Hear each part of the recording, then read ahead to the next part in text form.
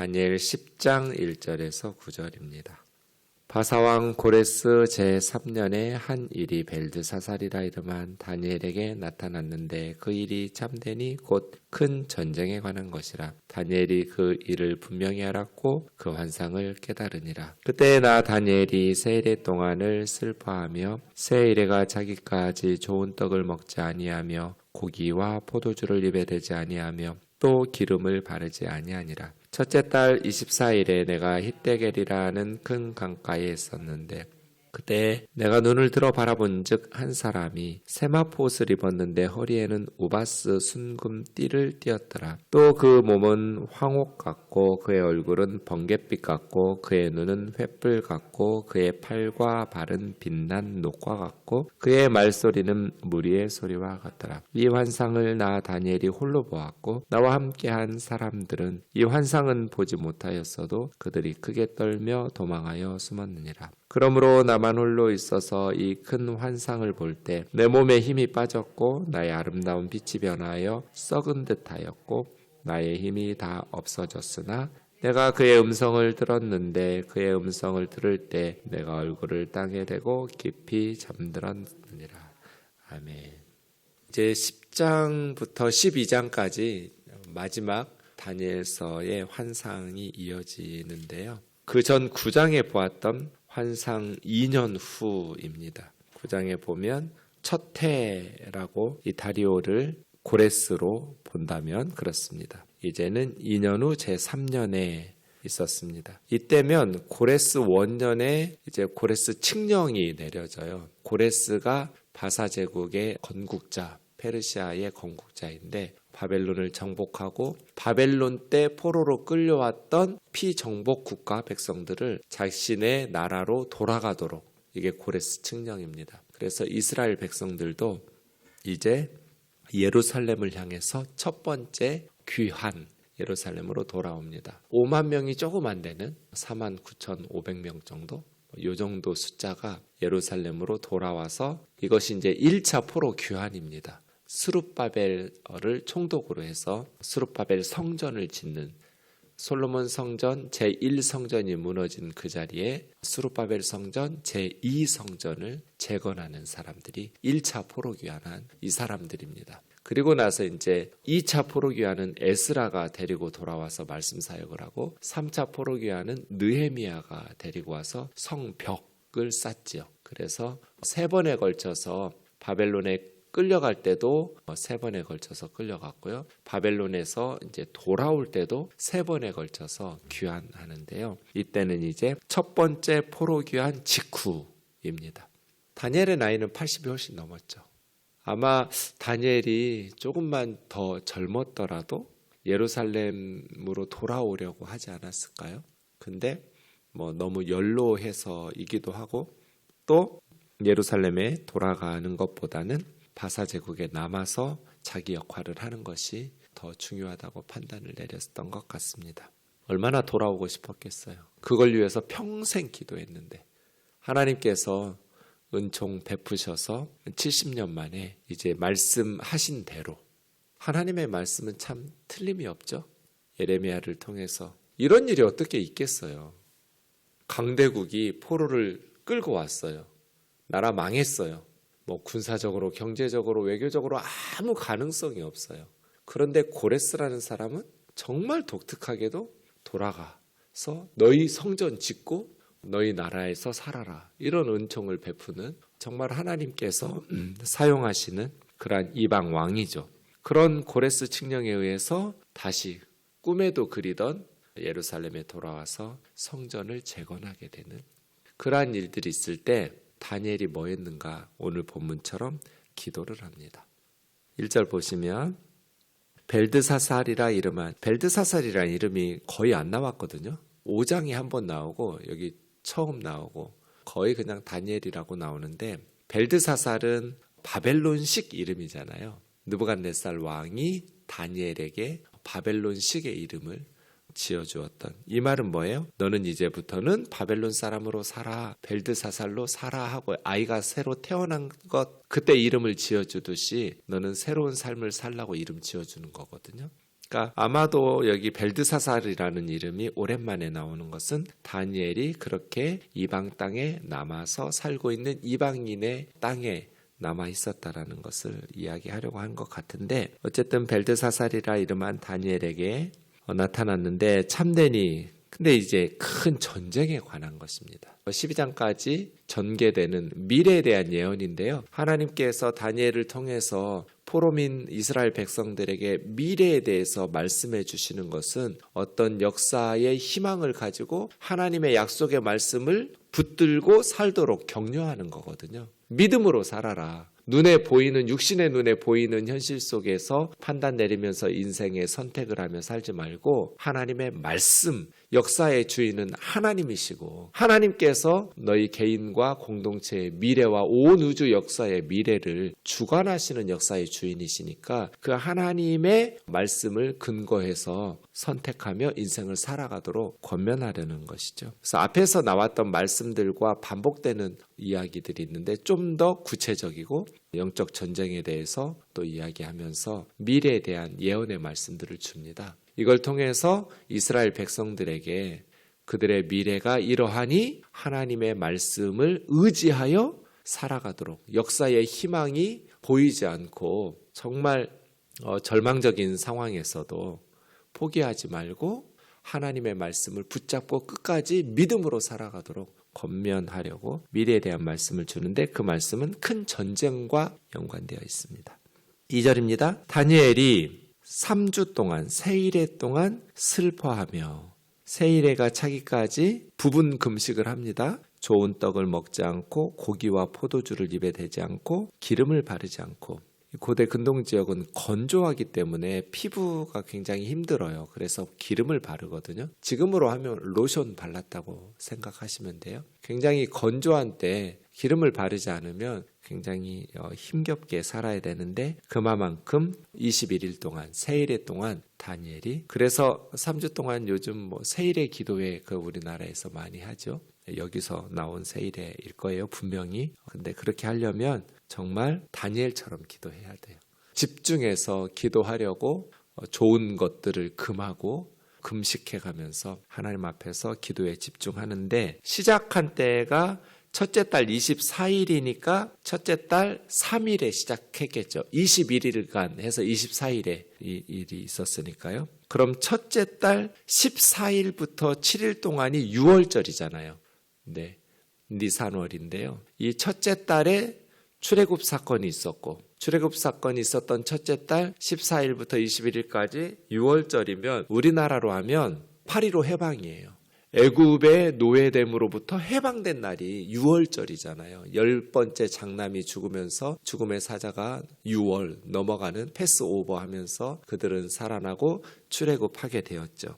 마치 그들의 조상이 애굽의 노예됨에서 약속의 땅을 향해서 해방되어서 출애굽한 것처럼, 얼마 전에 70년 동안 노예로 살고 있던 바벨론 포로들이 예루살렘을 향해서 출발했잖아요. 이것이 또 한 번의 출애굽 사건과 같거든요. 바벨론의 나라망에서 끌려왔던 그들이 다시 약속의 땅을 향해서 출발했어요. 그 6월절을 앞두고 21일 동안 다니엘은 금식하면서 하나님 앞에서 기도에 집중. 그래서 참 이게 귀한 것이죠. 젊은이들은 예루살렘을 향해서 출발했어요. 가면 누가 기다려주고 환영해줘요? 폐허가 된 황폐한 황무한 땅이죠. 70년 동안 버려지고 거의 이제 이스라엘의 유능한 사람들은 다 죽임을 당하거나, 젊은이들 죽임을 당하거나 바벨론의 포로로 끌려와서 살았고, 어쨌든 대부분의 사람들은 바벨론에서 태어난 사람들이겠죠. 그들의 부모나 할아버지 할머니 때 들었던 그 고향으로 처음 가는 사람들이 대부분일 텐데, 이 사람들이 얼마나 힘겨운, 실질적으로 성전 재건이 15년 동안 중단돼요. 시작은 하고 기초는 났는데 너무나 상황이 열악하니까 성전 재건하러 와서 막 힘있게 은혜 받고 시작했다가 15년 동안 스탑. 그만큼 또 주변에 사마리아를 비롯해서 모압, 암몬, 에돔 사람들이 위협하고 협박하고, 70년 만에 돌아왔던 그들은 처음에는 해방의 기쁨이 컸죠. 꿈꾸는 것 같았어요. 그런데 돌아와 보니 너무나 상황이 힘들고 열악했어요. 바벨론에서 그냥 살 걸 하는 후회도 많이 있었을 거예요. 많은 사람들은. 그때 이제 지어진 시가 울며 씨를 뿌리는 자는 기쁨으로 그 단을 가지고 돌아오리라는 시잖아요. 시편에. 우리가 바벨론에서 포로됨에서 예루살렘으로 돌아올 때 꿈꾸는 것 같았다고. 그때 우리 입에는 찬양이 가득하고 기쁨으로 가득했다고. 꿈꾸는 것 같은 해방으로 예루살렘에 왔는데 예루살렘에 돌아온 현실은 너무나 막막했어요. 그래서 울며 씨를 뿌리고 눈물을 흘리면서 씨앗을 뿌리는 농부처럼 그런 고통스러운 삶들을 살았어요. 그런데 결국은 그 영적 위기와 어떤 주변의 위협과 협박 그 모든 것들을 이겨내면서 성전을 재건하고 영적인 회복을 이루어내죠. 그러한 일들에 정말 중요한 역할을 했던 것들이 그 사람들의 노력과 기도도 있었겠지만 다니엘의 기도와 같은 그러한 다니엘과 같은 사람들의 기도의 응답이라고도 보아야겠죠. 그래서 80이 넘고 이제 아무것도 할 수 없어서 예루살렘에 돌아갈 수도 없는 늙은 다니엘이지만 하나님 앞에서 21일 동안 세일에 동안 금식하면서 몸에 기름을 바르지 않으면서 괴롭게 힘들게 고통스럽게 기도하는 거 보면 8절 보세요. 온 몸에 힘이 다 빠져가지고 몸이 썩은 것 같았다고 시체 같은 어떻게 기도했으면 다니엘이 정말 죽은 사람처럼 온 몸에 힘이 다 빠져나갔다라는 말을 2번씩이나 반복해서 쓰는 일사각오로 기도한 거잖아요. 젊은이들이 갔습니다. 더 갔으면 좋았을 텐데 5만 명도 안 되는 4만 명 좀 넘는 사람이 갔습니다. 돈이 있어요. 무기가 있어요. 돌아가서 무슨 살 집이 있어요. 성전이 있어요. 그냥 노예로 살던 그들이 포로로 살던 그들이 맨주먹 쥐고 갔는데 하나님 무너졌던 하나님의 역사 무너졌던 성전 무너졌던 하나님의 나라를 다시 회복시켜 달라고 이 할아버지 다니엘이 목숨 걸고 기도하고 있는 것이잖아요. 원래 이스라엘 백성들은 7월 10일 하루만 금식하면 돼요. 근데 다니엘은 세일에 동안 물론 다 금식하진 않았어요. 좋은 음식, 포도주, 고기 이런 것들 좋은 것들을 먹지 않는 부분적인 금식이었지만 그럼에도 불구하고 6월절을 앞두고 세일에 동안 일사각오로 기도하고 있는 이 다니엘 할아버지의 모습들 이러한 기도들의 응답으로 스룹바벨이 예루살렘에서 그 많은 역경과 시련을 이겨내고 제2성전을 완공하면서 신앙 공동체를 다시 회복해내죠. 그때 이제 활동했던 선지자가 학개와 스가랴예요. 학개 선지자와 스가랴 선지자의 하나님의 말씀들의 격려가 또 있었죠. 네. 이렇게 아마 이때쯤에 사자굴이 들어갔을 거예요. 다니엘은 목숨 걸고 하나님 앞에서 기도해야 될 때가 있어요. 평소에도 기도해야 하지만 사자굴에 들어가기를 불사하면서 하나님 앞에서 예루살렘을 향하여 난 창문을 활짝 열어놓고 하나님의 은총을 구하는 다니엘의 기도하는 모습들이 우리에게 큰 도전을 줍니다. 이때 이제 나타난 사람의 모습으로 나타난 천사인데요. 이름은 밝히지 않고 있습니다. 어떤 성경학자는 앞에 나왔던 가브리엘이라고 말하기도 하는데 그럼 이름을 밝혔을 것 같기도 합니다. 천사가 그래서 가브리엘 같진 않아요. 5절에 보면 세마포 옷을 제사장처럼 세마포 옷을 입고 허리에는 우바스 순금 띠를 우바스 지역은 어느 지역인지 지금으로서는 우리가 알 수 없지만 그 다니엘 시대에 가장 좋은 금이 배출해내는 그렇게 얻을 수 있는 지역이겠죠. 우바스 순금 띠를 띠었는데 몸이 황옥, 얼굴은 번갯빛, 눈은 횃불 이런 어떤 좀 무서운 모습의 심판자의 모습으로 천사가 등장하게 됩니다.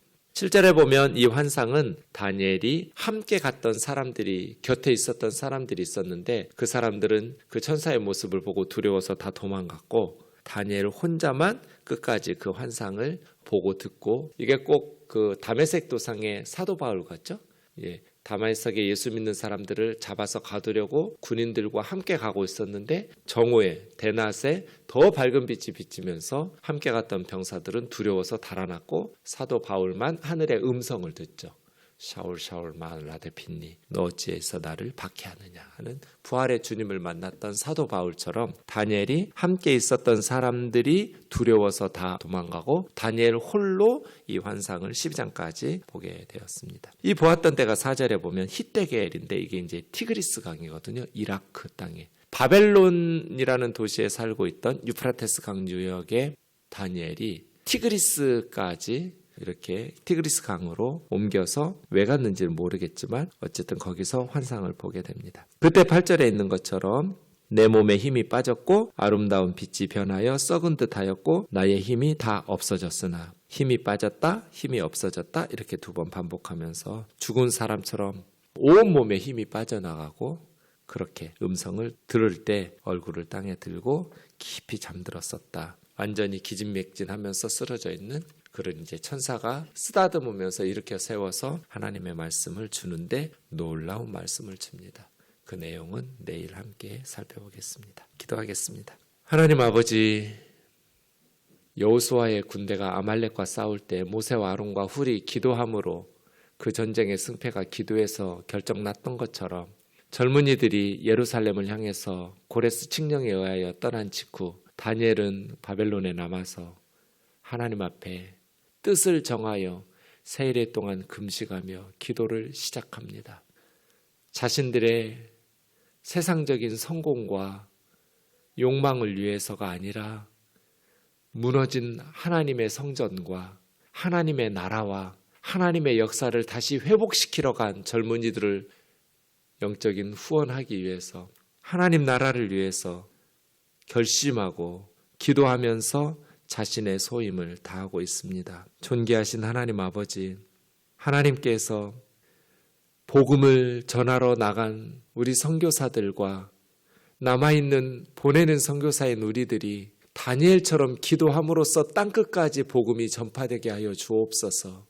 이 땅을 섬기는 젊은이들과 열심히 일하는 우리 자녀들을 위해서 다니엘처럼 기도하는 부모들이 되게 하여 주시옵소서. 세상적으로는 아무것도 행할 수 없는 그러한 노인이라고 포기하지 말게 하시고 정말 중요한 영적 전쟁, 기도하는 그러한 사명을 성실하게 감당하는 우면동 교회의 믿음의 선배들이 되게 하여 주옵소서. 그렇게 젊은이들이 땅끝까지 나아가서 복음을 전하고 또 이 사회에서 하나님의 백성으로서 믿음으로 살아내 승리할 수 있을 줄 믿사오니 존귀하신 하나님 아버지, 다니엘처럼 마지막 주님이 부르시는 그 순간까지 사자굴에 들어가는 한이 있더라도 기도를 쉬는 죄를 결코 범치 않게 하여 주시옵소서. 지금 이 시대가 어느 시대인지 재림의 주님을 기다리면서 저 북녘의 복음의 문이 열려야 하고 온 열방에 하나님의 나라의 복음, 예수 그리스도의 생명의 복음이 전파되어야 하겠사오니 자비하신 주님, 이때 우리가 기도가 부족함으로 영적으로 무기력해지지 않도록 깨어 기도하고 부르짖을 수 있도록 인도하여 주시옵소서. 예수님의 거룩하신 이름으로 기도하옵나이다. 아멘.